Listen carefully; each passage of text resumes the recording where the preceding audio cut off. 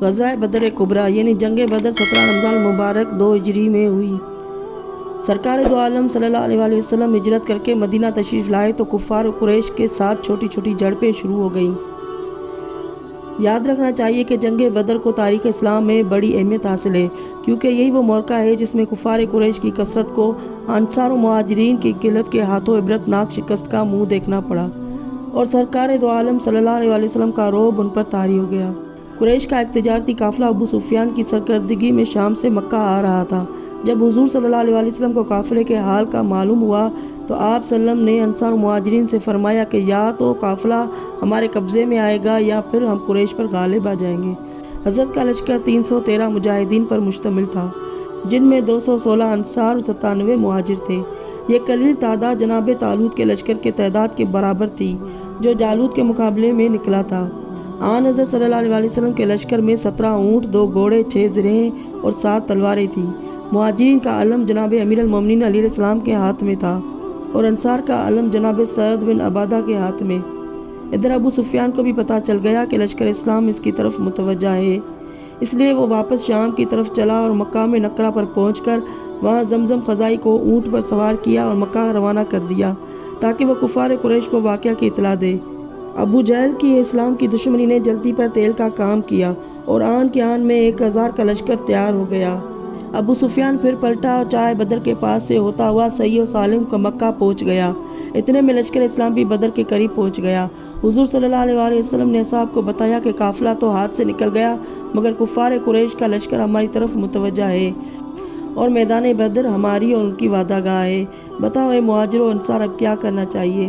مہاجرین میں سے حضرت ابوبکر اور حضرت عمر نے کہا کہ قریش بڑے طاقتور ہیں، ہم لوگ کمزور ہیں، ان کا مقابلہ نہیں کر سکیں گے۔ یہ سن کر جناب مقداد رضی اللہ عنہ بولے کہ یا رسول اللہ، ہم اپنے مال و جان آپ کے اشارے پر قربان کرنے کو تیار ہیں۔ حضور صلی اللہ علیہ وسلم نے دعا دی۔ پھر انصار میں سے جناب سعد بن معاذ نے حضرت صلی اللہ علیہ وسلم کو اپنی نصرت و جان نثاری کا یقین دلا دیا اور عرض کیا یا مولا، انصار کی طرف سے آپ مطمئن رہیں، ہم لوگ آپ صلی اللہ علیہ وسلم کے حکم پر آگ اور دریا میں کود پڑنے کو تیار ہیں۔ حضور صلی اللہ علیہ وسلم نے انصار کو بھی دعا دی، اپنے لشکر سے ارشاد فرمایا کہ فکر نہ کرو، انشاءاللہ فتح ہماری ہوگی۔ خدا نے مجھ سے اپنی نصرت کا وعدہ فرمایا ہے اور خدا وعدہ خلافی نہیں کرتا۔ پھر حضور صلی اللہ علیہ وسلم نے لشکر کو بدر کی طرف کوچ کا حکم دیا۔ غرض ادھر سے لشکر اسلام کوچ کر کے چائے بدر پر پہنچا، ادھر سے لشکر کفار دوسری طرف آ پہنچا۔ جناب امیر علیہ السلام فرماتے ہیں کہ جس روز بدر کی جنگ ہوئی اس کی رات کو سرکار دو عالم صلی اللہ علیہ وسلم دعاؤں میں مصروف رہے۔ لشکر سو رہا تھا مگر سالار لشکر جاگتا تھا اور بارگاہ خداوندی میں دستے دعا تھا کہ پالنے والے، اگر یہ مٹھی بھر مسلمان ہلاک ہو گئے تو روئے زمین پر کوئی تیری عبادت کرنے والا نہ رہے گا۔ اللہ تعالیٰ نے حضور صلی اللہ علیہ وسلم کی دعا قبول فرمائی اور غیب سے نصرت عطا فرمائی۔ باران رحمت کا نزول ہوا۔ جس جگہ حضور صلی اللہ علیہ وسلم کا لشکر خیمہ زن تھا وہ زمین ریتیلی تھی، اس پر مشکل سے قدم جم سکتے تھے، اور جہاں کفار کا پڑاؤ تھا وہ زمین چکنی تھی اور وہاں آسانی سے قدم جم سکتے تھے۔ جنگی نقطہ نگاہ سے کفار فائدے میں تھے۔ خدا کی قدرت سے رات کو بارش ہو گئی جس نے ریت کو جما کر سخت کر دیا اور کفار کی زمین کو کیچڑ بنا دیا تاکہ مسلمانوں کے قدم جمے رہے اور کفار کے پاؤں پھسل جائیں۔ غرض صبح نمودار ہوئی، لشکر اسلام کے دل قوی تھے، لشکر کفار پر خوف طاری تھا۔ دونوں طرف سے تیاریاں ہونے لگی۔ سرکار دو عالم صلی اللہ علیہ وسلم نے لشکر کو مرتب کیا اور فرمایا کہ آنکھیں چھپا لو، منہ سے مت بولو اور جنگ کی ابتدا مت کرو۔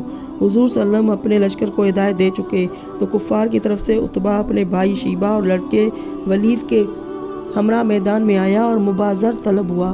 ادھر سے انصار کے 3 جوان اوز، معوذ اور اوف مقابلے کو نکلے، مگر عتبہ نے انہیں واپس بھیج دیا اور للکار کر کہا کہ اے محمد، ہم برابر کی چوٹ چاہتے ہیں۔ حضور صلی اللہ علیہ وسلم نے عبیدہ بن حارث، جناب حمزہ شیر خدا اور شیر رسول جناب امیر علیہ السلام کو مقابلے کے لیے بھیجا۔ حضور صلی اللہ علیہ وسلم کے ارشاد کے مطابق عبیدہ، حمزہ اور علی بالترتیب عتبہ، شیبہ اور ولید کے مقابلے کو نکلے اور تینوں ملعونوں کو واصل جہرم کر کے خدمت رسول صلی اللہ علیہ وسلم میں حاضر ہوئے۔ البتہ عتبہ کے جوابی وار سے عبیدہ کے دونوں پاؤں کٹ گئے تھے۔ حمزہ اور علی علیہ السلام انہیں اٹھا کر رسالت مآب صلی اللہ علیہ وسلم کے پاس لائے۔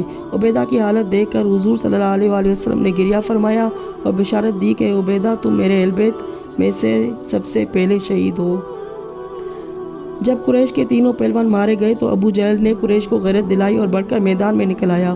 عمرو بن جمو نے اس ملعون کی ران پر تلوار ماری اور اسے اونٹ سے گرا دیا، مگر اس ملعون نے بھی عمرو کا ہاتھ کاٹ دیا اور وہ کٹ کر لٹک گیا۔ عمرو نے پیر سے دبا کر ہاتھ الگ کر دیا اور مصروف پیکار گیا۔ عبداللہ بن مسعود نے ابو جہل کا سر کاٹ کر خدمت نبوی صلی اللہ علیہ وسلم میں پیش کیا۔ قرآن سے ثابت ہے کہ جنگ بدر میں اللہ تعالیٰ نے فرشتوں سے لشکر اسلام کی تائید کی۔ حضور صلی اللہ علیہ وسلم فرماتے ہیں کہ خدا نے جتنے فرشتے میری مدد کے لیے بھیجے سب کو علی کی شکل میں بھیجا۔ یہی وجہ ہے کہ حضرت صادق علیہ السلام سے روایت ہے کہ بدر کے دن جس زخمی مشرک سے پوچھا جاتا تھا کہ تمہیں کس نے مارا، وہ کہتا تھا کہ علی بن ابی طالب علیہ السلام نے، اور یہ کہتے ہوئے مر جاتا تھا۔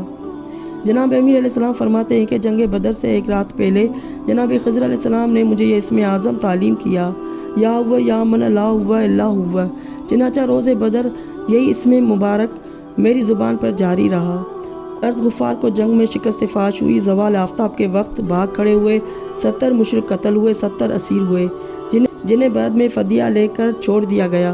حضور صلی اللہ علیہ وسلم نے فرمایا مشرکین کے مقتولوں کو چاہے بدر میں ڈال کر پاٹ دو۔ جب یہ ہو چکا تو حضور صلی اللہ علیہ وسلم چاہے بدر پر کھڑے ہو گئے اور مقتولوں کا نام لے کر ان پر افسوس کرنے لگے۔ حضرت ابو بکر نے عرض کیا، یا حضرت سلم، کیا یہ لوگ حضور کی باتیں سن رہے ہیں؟ بنابر مشہور جنگ بدر میں لشکر اسلام سے 14 حضرات درجہ شہادت پر فائز ہوئے، مہاجرین میں سے 6 اور انصار میں سے 8۔ جنگ بدر کے 70 مقتولوں میں سے 35 جناب حیدر کرار صاحب ذوالفقار کے ہاتھ سے واصل جہنم ہوئے اور باقی 35 دوسرے مجاہدین اور فرشتوں نے مل کر قتل کیے۔ اللہم صلی علی محمد و آل محمد۔